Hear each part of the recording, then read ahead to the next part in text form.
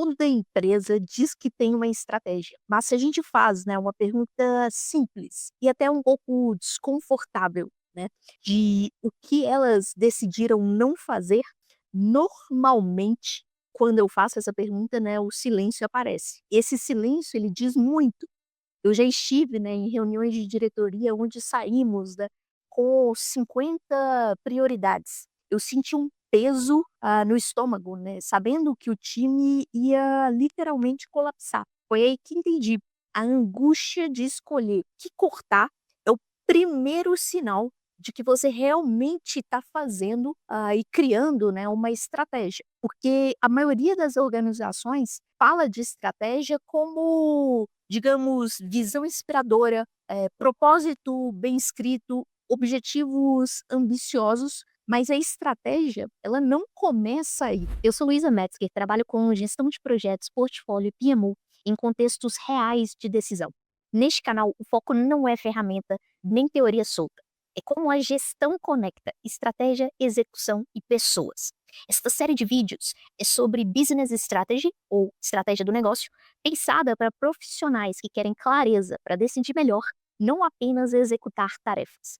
Se você chegou agora, recomendo assistir os vídeos anteriores para entender o encadeamento das ideias.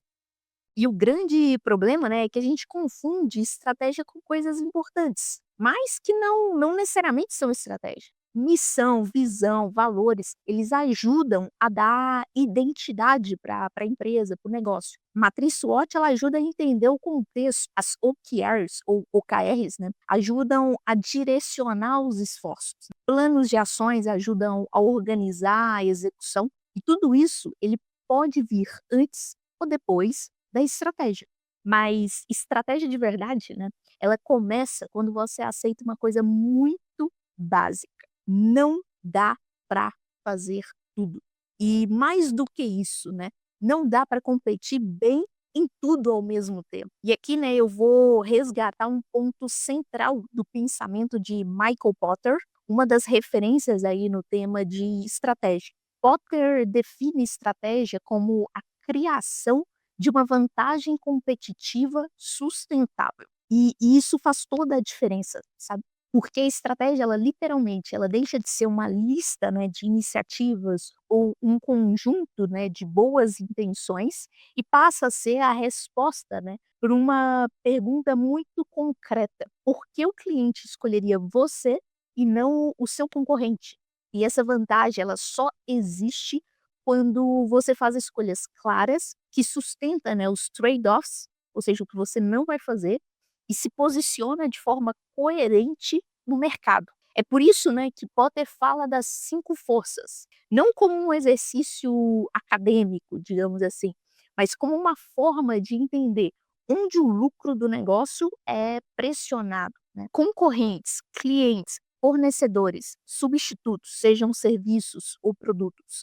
Novos entrantes estão o tempo todo disputando margem. E a estratégia existe, né, justamente para proteger o negócio dessas pressões, né, e criar condições de rentabilidade no longo prazo. Sem escolhas claras e sustentáveis, né, essas forças, elas vencem o negócio. E aqui, né, entra um ponto que muitas empresas evitam encarar. Estratégia tem limite. Limite de capacidade, limite de pessoas, limite de atenção, limite de capital, inclusive. Quando a empresa, né, ela tenta atender a todos os clientes, todos os mercados, todos os projetos, ela, no fim das contas, ela não está criando uma vantagem, competitiva.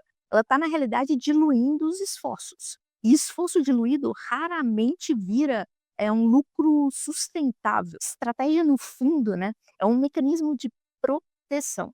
Ela protege a margem, protege o foco, protege coerência, não para crescer a qualquer custo, mas para crescer de forma rentável. Então, assim, quando alguém diz, né, que a empresa tem estratégia, vale sempre perguntar qual vantagem competitiva ela está tentando sustentar. E além disso, né, contra as quais pressões do mercado ela está se defendendo e assim, principalmente, né, o que ela decidiu não fazer para proteger sua rentabilidade. Porque no fim das contas, né, a visão do negócio, ela inspira. O planejamento, ele organiza. mas é a estratégia que exclui para proteger realmente valor. Na prática, né, trazendo para o mundo da gestão de projetos, isso aparece quando o PMO ele recebe 10 projetos estratégicos, né, ao mesmo tempo. Não existe nenhum critério claro para dizer qual entra, qual espera e qual simplesmente não faz sentido no momento, no contexto. Todo negócio ou organização, ela precisa ter uma estratégia para dar, né, a direção às demais áreas da organização, não somente ao PMO. E se assim, né, no fim de tudo o que eu falei aqui, a estratégia é a escolha, né, a próxima pergunta é inevitável, né, como decidir o que realmente importa e como priorizamos, né? É isso que a gente vai explorar no próximo vídeo. Se esse vídeo faz sentido para você, deixa um like, se inscreva no canal e acompanhe, né, os próximos episódios dessa série. Aqui o foco é gestão com clareza, não modismo. Os links com materiais adicionais estão na descrição do vídeo.